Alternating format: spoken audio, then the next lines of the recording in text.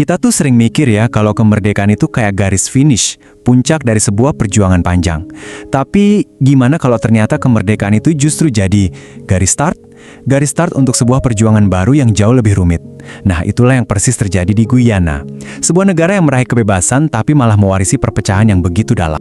Pertanyaan ini nih yang jadi inti dari cerita kita. Kita bakal lihat gimana sebuah bangsa yang tadinya sama-sama berjuang melawan penjajah, malah pecah dari dalam. Justru di saat mereka harusnya paling bersatu. Oke, yuk kita mulai telusuri kisahnya. Oke, kita mundur dulu ke paruh pertama abad ke-20, di tempat yang waktu itu namanya Guyana Britania. Di bawah kekuasaan kolonial, tanpa disadari, benih-benih konflik masa depan itu sebenarnya lagi ditanam. Jadi, sistem kolonial itu pada dasarnya adalah mesin eksploitasi. Di Guyana, sistem ini bukan cuma ngeruk sumber daya alamnya aja, tapi juga, entah sengaja atau enggak, memecah belah masyarakatnya berdasarkan etnis. Tujuannya, biar lebih gampang dikontrol. Nah ini, dia akar masalahnya. Perlawanan itu lahir bukan dari ruang rapat yang nyaman, tapi dari penderitaan para pekerja di perkebunan. Kondisi kerja yang benar-benar nggak manusiawi bikin mereka akhirnya bersatu, bikin serikat, dan mogok kerja. Dan dari gerakan buruh inilah para pemimpin nasionalis pertama Guyana muncul. Nah, dari situ, momen harapan besar pun datang. Rakyat Guyana mulai bisa melihat secercah cahaya kemerdekaan di depan mata. Tapi, sayangnya, harapan itu langsung berhadapan dengan ketakutan besar dari kekuatan global saat itu. Coba bayangin, euforianya. Untuk pertama kalinya dalam sejarah, rakyat Guyana Britania bisa jalan ke kotak suara dan milih pemerintahan mereka sendiri. Hasilnya, kemenangan telak buat partai lokal yang janjiin perubahan besar-besaran. Ini adalah sebuah lompatan raksasa menuju kemerdekaan. Tapi, mimpi itu cuma bertahan 133 hari. Ya, cuma beberapa bulan. Tiba-tiba, Inggris, sang penguasa kolonial, ngebatalin konstitusi dan ngebubarin pemerintahan yang baru aja dipilih secara sah itu. Harapan yang tadinya setinggi langit langsung jatuh jadi kekecewaan dan kemarahan.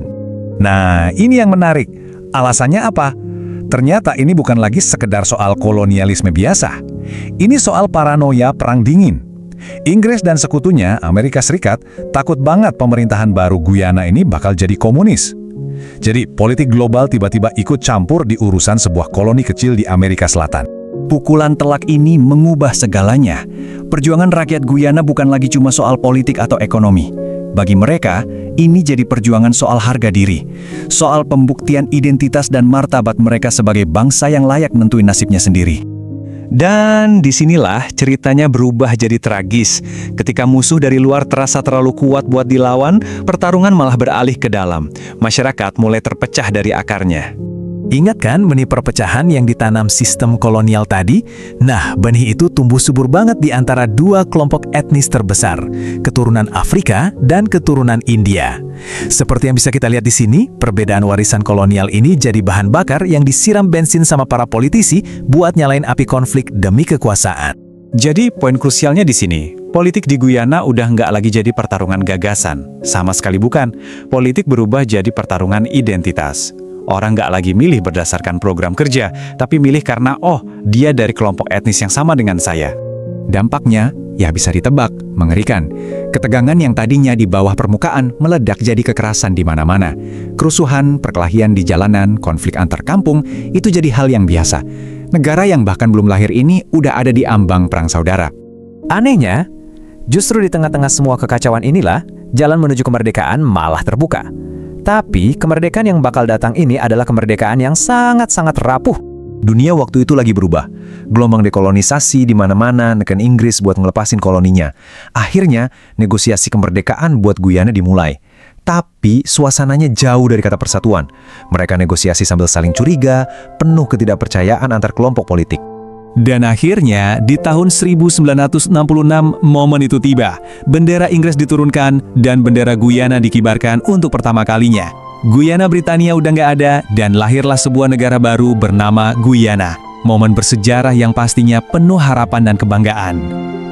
Tapi, di balik semua perayaan itu, kenyataannya pahit. Fondasi negara baru ini, seperti yang bisa kita lihat, udah retak dari awal. Mereka merdeka, tapi tanpa persatuan. Ekonominya masih rapuh warisan kolonial. Dan yang paling parah, politik identitas udah mendarah daging. Kemerdekaan ini pada akhirnya cuma mewariskan semua masalah lama ke dalam sebuah bingkai negara baru.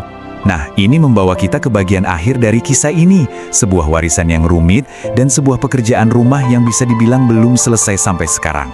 Jadi, kesimpulannya, kemerdekaan Guyana itu kemenangan simbolis yang luar biasa tentu. Tapi itu bukan akhir dari cerita.